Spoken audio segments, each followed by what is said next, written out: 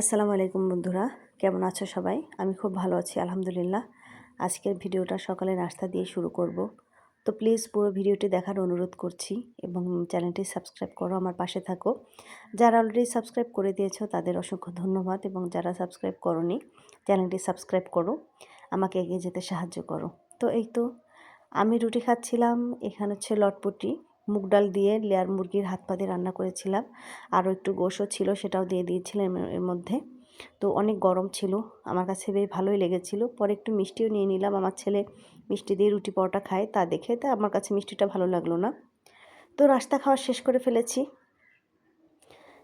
এবার সরে বিছানা থেকে নেমে আমি বিছানাটা ঝাড়া মোছা করে রান্না করতে চলে যাব।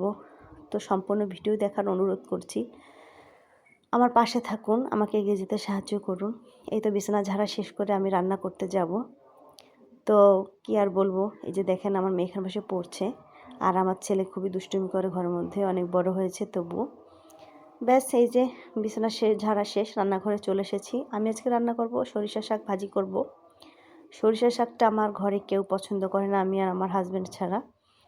তো ওদের কাছে অনেক গন্ধ লাগে নাকে, সরিষার তেলের মতন নাকি গন্ধ লাগে। ওরা বলে আম্মু আমার নাক গলা জ্বলে তুমি শাকটা ভাজি করলে, কিন্তু আমার তো দেখেন বেশ ভালো লাগে। তা ভেবেছি পাশের ঘরে ভাবিকে একটু দিব। শাক আমার খুব পছন্দের, কিন্তু এটা এক মুঠো এনেছি, 15 টাকা নিয়েছে মাত্র। এর থেকে কম তো আর আনা যায় না, তাই না? তো এই জন্য এটাই নিয়ে ভাজি করেছে। দেখুন অনেকটা কিন্তু কমে গেছে, অল্প হয়ে গেছে, তবু আমাকেই বেশিটা খেতে হবে, কারণ আমার বাচ্চারা খাবে না। তো আমি এগুলা খেতে পারি, আমার কোনো সমস্যা হয় না। তো আমি ডিম দিয়ে ভাজি করব, অনেকে চিংড়ি মাছ নারকেল দিয়ে ভাজি করেন, যেটা যার ইচ্ছা। আমি জানি না কেমন কার কাছে লাগে, আমার কাছে সবভাবেই ভালো লাগে।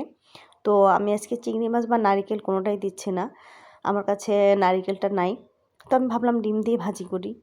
তো ডিম দিয়ে ভাজি করছিলাম, ডিমটা আমি ফেটে মিশিয়ে দিচ্ছি খুব সুন্দর করে।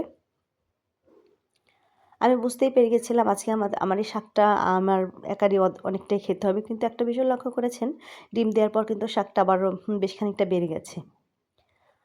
এই তো শাকটা নামিয়ে রেখে এসে আমি আলু ভর্তা করছি, কারণ ওদের একটু ঝাল ঝাল করে যদি আলু ভর্তা করে দিই, ওদের হয়তো একটু খেতে ভালো লাগবে। আজকে কোনো মাছ রান্না করছি না, একটা মাছ ছিল, রাতে ভাজি করেছিলাম সেটাই রেখেছি। তো এই তো আলু ভর্তা করছি। আমি এখানে আচারের তেল দিয়ে দেবো, সরিষার তেল, জলপাইয়ের আচারের তেল, এটা দিলে ভীষণ ভালো লাগবে।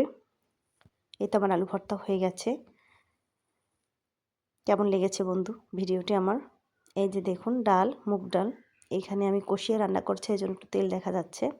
আমার জনপ্রিয় শাক ভাজি, এই যে একটা মাছ, ভাত, আলু ভর্তা এবং রয়েছে মিষ্টি। খোদা হাফেজ বন্ধুরা, সম্পূর্ণ ভিডিও দেখা